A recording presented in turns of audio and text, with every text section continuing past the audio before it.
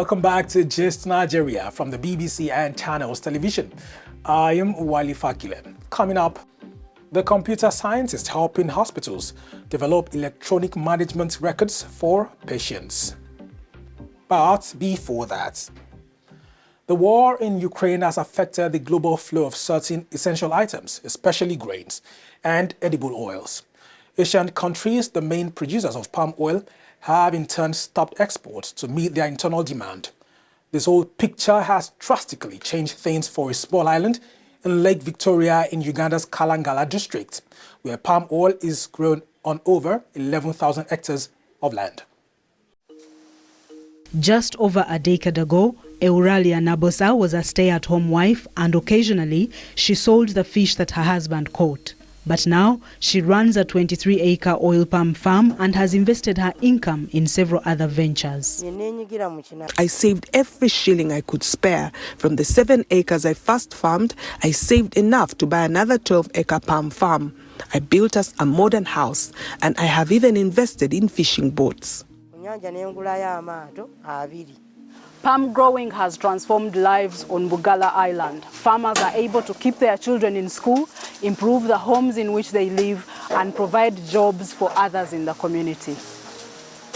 A new price for the fresh fruit bunch is determined each month by farmers' representatives, government, and the crude palm oil processors. It is pegged to the global price set in Malaysia. From $35 per kilogram of fresh fruit bunch in January, the farmers now get at least 39 cents for every kilogram they sell. A single bunch can weigh up to 20 kilograms, and a farmer might harvest a mid-sized truckful in a day. Just over 2,000 farmers grow oil palm here, and their daily routines are far removed from issues at the international market. You see, the price of most goods are going up. I did not even know that the current situation is because of the war in Ukraine. I know the oil from these fruits is used to make soap, and the soap is becoming expensive. But I don't mind because I know that what I grow has value. So I'm happy. The crude palm oil processed here will end up in a refinery on the other side of the lake, and some of the products made from it on supermarket shelves. But it is still too little to meet the national demand. If, for example, had planted 100,000 hectares, by now would be self-sustaining as a country. But now we will say we are producing only 20% of what would require.